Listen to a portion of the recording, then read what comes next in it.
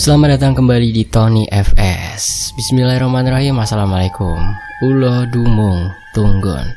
Sebuah tweet dari Intan_T @Gundul Silir. Jangan mengusik, apalagi melukai.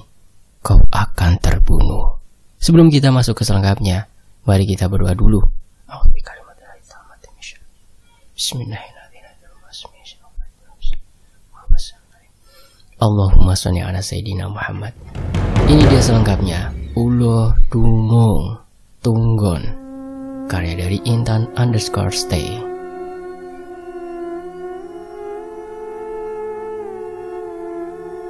Ini kisah waktu aku masih SD, kayaknya kelas 2 SD.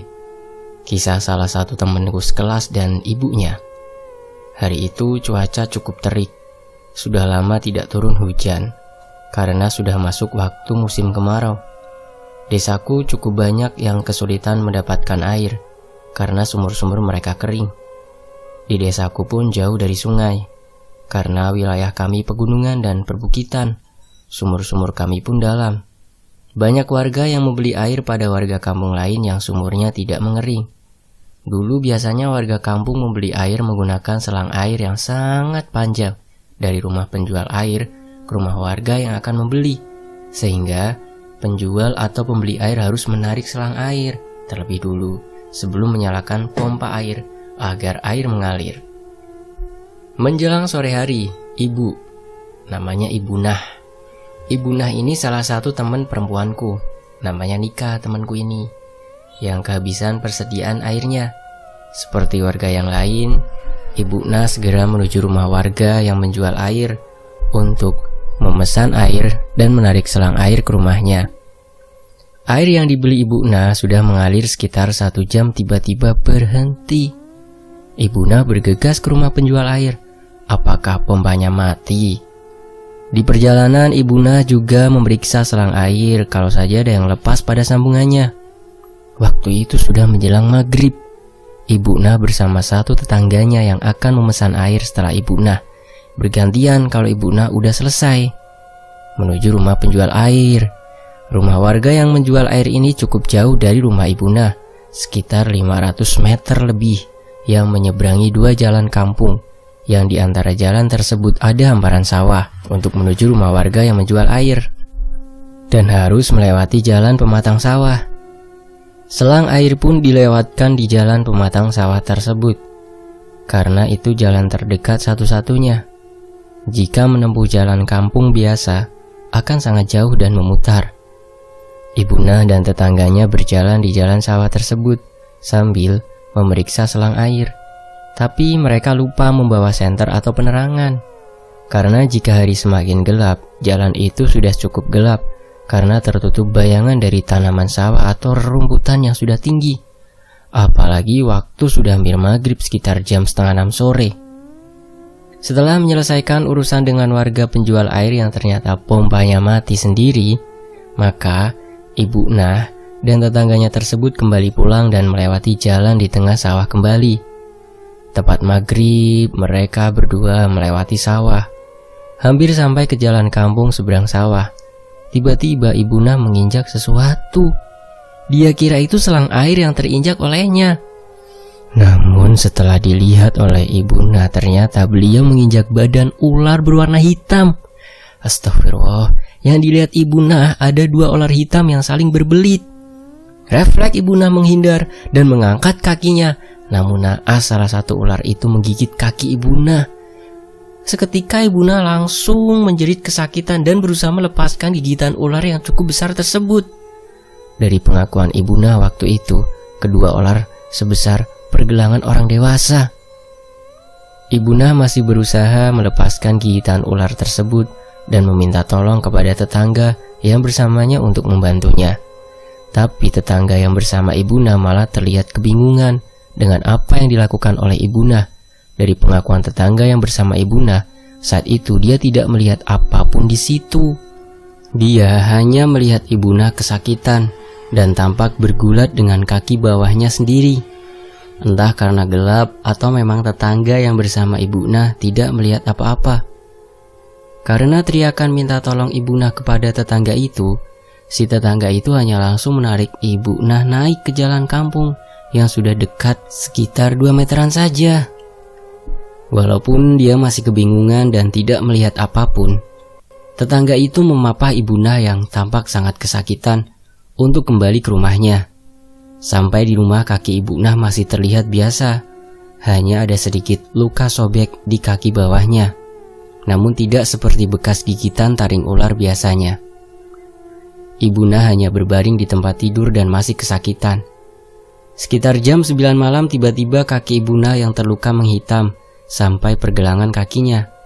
Ibu Nah semakin kesakitan dan meminta Nika dan kakaknya untuk meminta bantuan tetangga. Ibu Nah memang hanya tinggal berdua dengan kedua putrinya.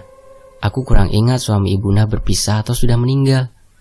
Karena disuruh ibunya Nika dan kakaknya segera ke rumah tetangga untuk meminta tolong. Mereka mengetuk pintu rumah tetangga yang sudah tertutup karena sudah malam.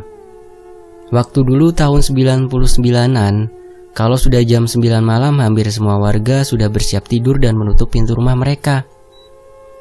Setelah beberapa kali Nika dan kakaknya mengetuk pintu tetangganya, akhirnya ada tetangganya yang keluar dan mau membantu Ibu Nah. Dia melihat kondisi Ibu Nah di rumahnya, tapi nampaknya Ibu Nah sudah sangat lemah.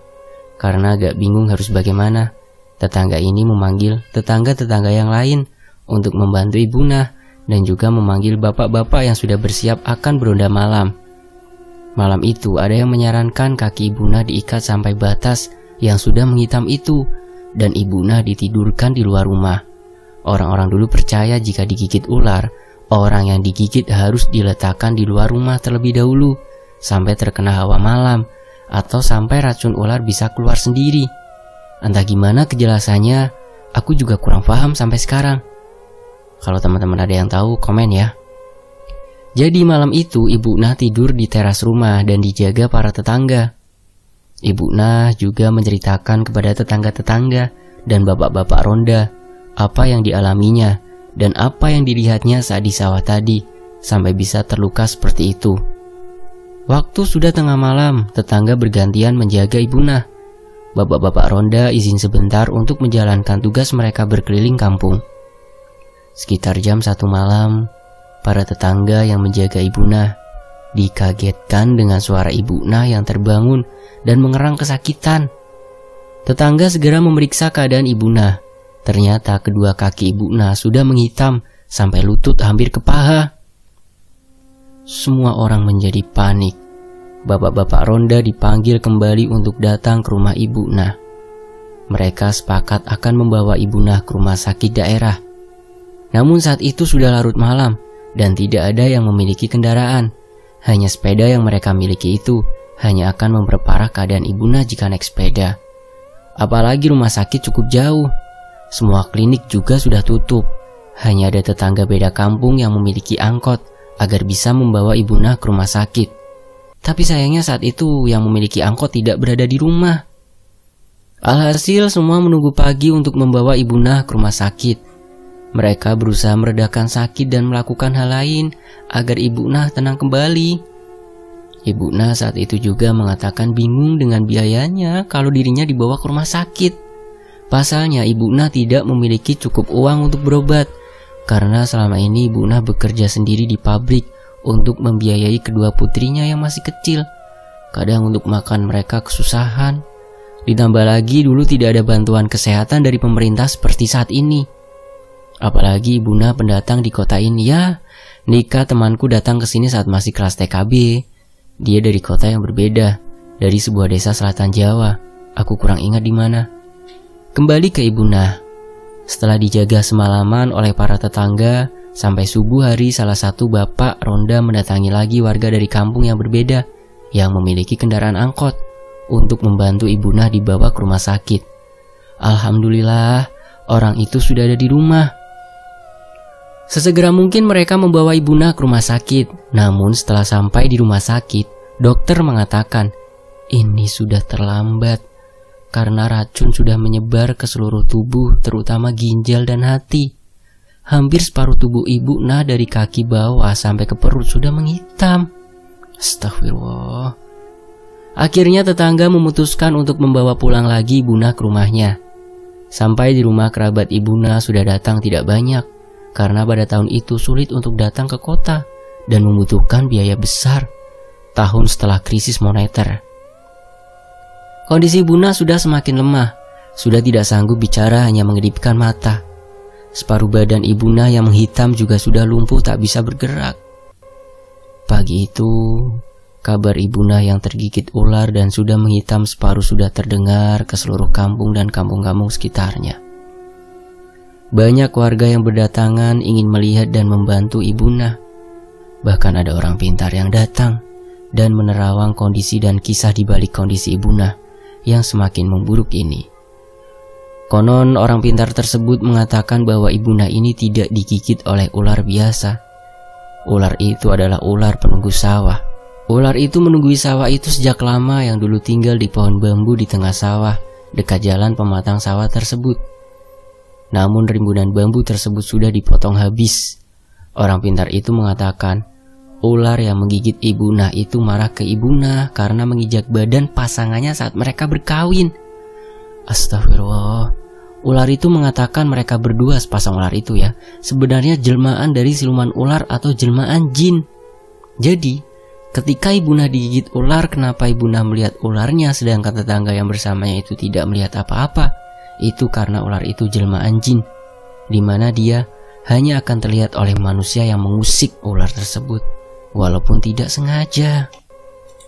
Dari penuturan ibuku yang saat ini ikut menjenguk Ibuna di rumahnya, bukan ikut-ikutan orang-orang kampung ibuku ya, tapi karena memang ibuku dan Ibuna itu juga berteman seperti aku dan Nika, sekolah TK bersama. Bahkan dulu karena Ibuna sibuk bekerja, ibuku sering membantu keperluan Nika dan kakaknya saat ada keperluan di sekolah. Ibuku mengatakan si orang pintar tersebut katanya mencoba berkomunikasi dengan siluman ular tersebut agar mau memaafkan Ibuna dan mengambil kembali bisa ular yang masuk ke tubuh Ibuna. Kurang lebih percakapan orang pintar dan jelmaan siluman ular itu yang diceritakan ibuku kepada diriku seperti ini. Ulo, sadurunge aku nyuwun sewu yo, njaluk pangapurane nggo sedulurku iki marang awakmu. Sedulurku iki ora sengaja ngidak awake bojomu. Karang awakmu mbek bojomu kawinan yo cedhak dalane menungso. Di ngapurani yo. Ular, sebelumnya aku permisi memintakan maaf untuk saudariku ini ke dirimu.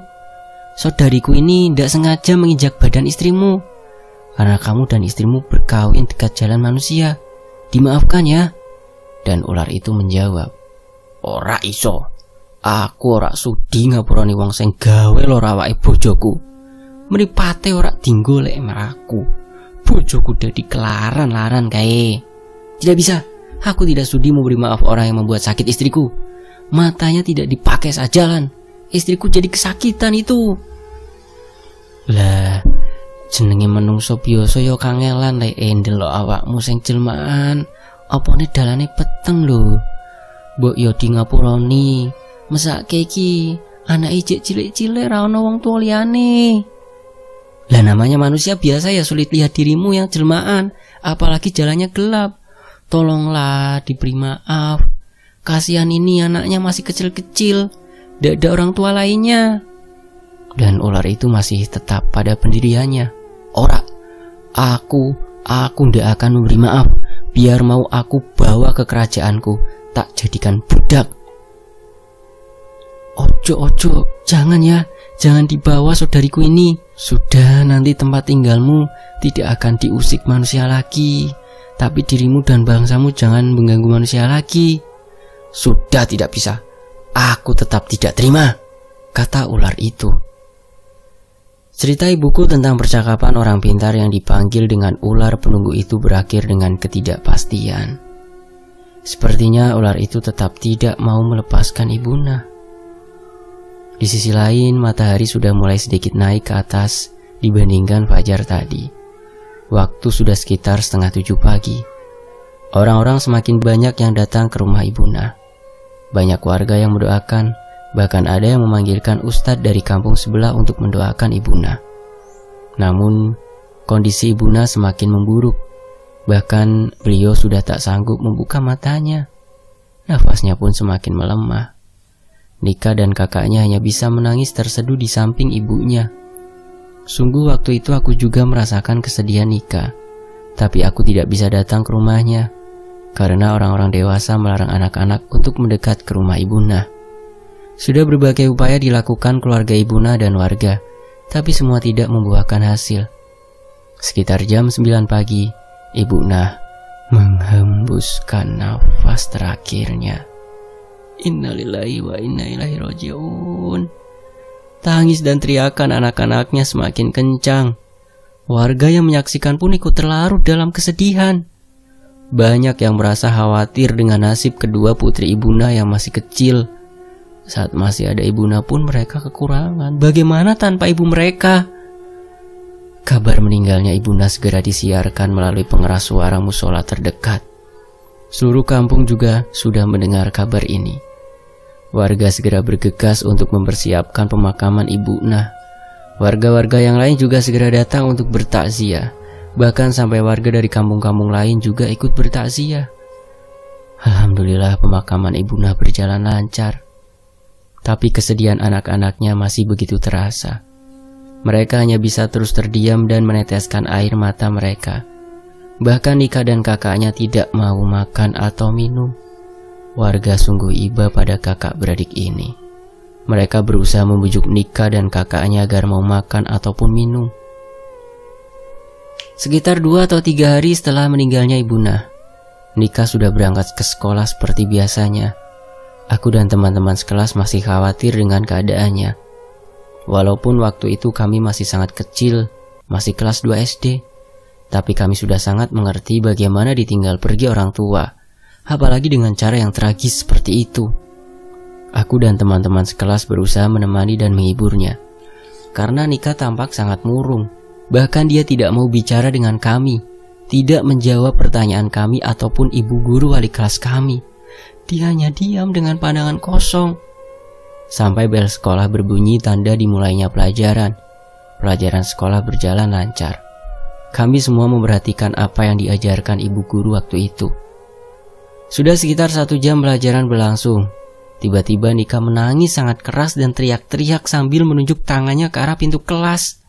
Sontak kami semua terkejut dan ketakutan. Ibu guru segera mendatangi Nika yang menangis histeris dan berteriak. Ibu guru berusaha menenangkannya. Namun Nika tetap menangis dan menunjuk ke arah pintu dan sesekali menutup mata dengan kedua tangannya karena khawatir. Ibu guru meminta tolong guru olahraga laki-laki untuk mengantarkan pulang Nika. Nika masih tidak berhenti menangis. Kami semakin takut dan khawatir karena dari sikapnya dia seolah melihat sesuatu di pintu kelas yang membuatnya sangat takut. Entah karena kesedihannya yang begitu mendalam karena ditinggal ibunya, atau memang dia melihat sesuatu di depan pintu kelas. Ya, waktu itu aku juga tidak paham, karena kepekaanku padahal tak kasat mata saat itu, pada tahap sering ketempelan dan sakit atau bagaimana aku juga kurang ingat.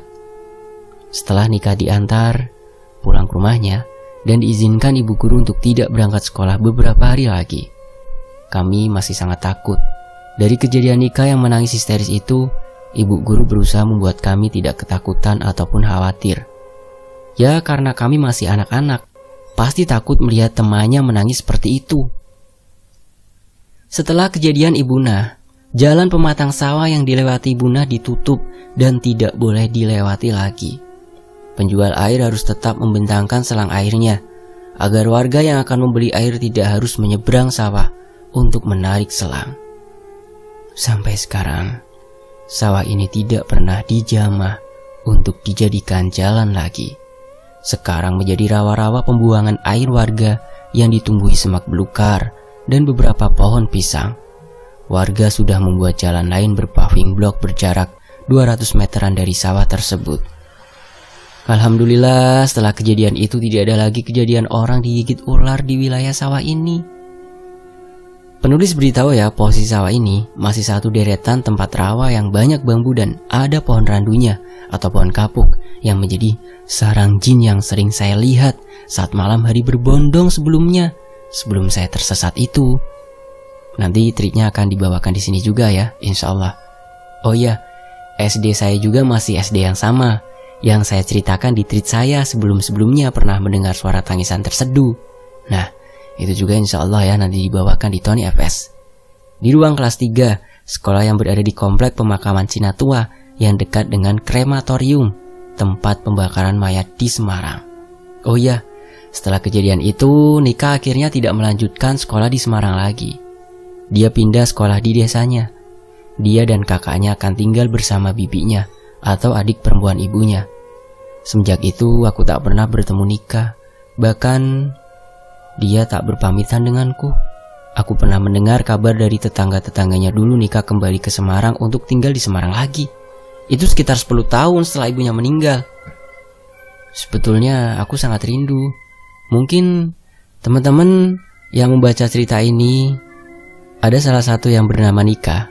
Ya, Nika kamu, dimanapun kamu berada, aku rindu. Begitu kata penulisnya. Maaf ya sebelumnya menceritakan ini. Aku hanya ingin menekankan hikmah yang bisa diambil dari kisah ini. Bagi yang membaca, terima kasih dan menyimaknya ya. Monggo diambil hikmahnya. Mohon maaf ya, jika saya juga membacakannya kurang sempurna ya. Mohon maaf. Dan terima kasih ya buat teman-teman yang udah menyimak kisah ini di sini. Terima kasih untuk menulisnya ya, yang punya cerita ini. Intan_stay. Saya pamit. Wassalamualaikum warahmatullahi wabarakatuh. Alhamdulillahirobbilalamin. Demikianlah Ulo Dumu.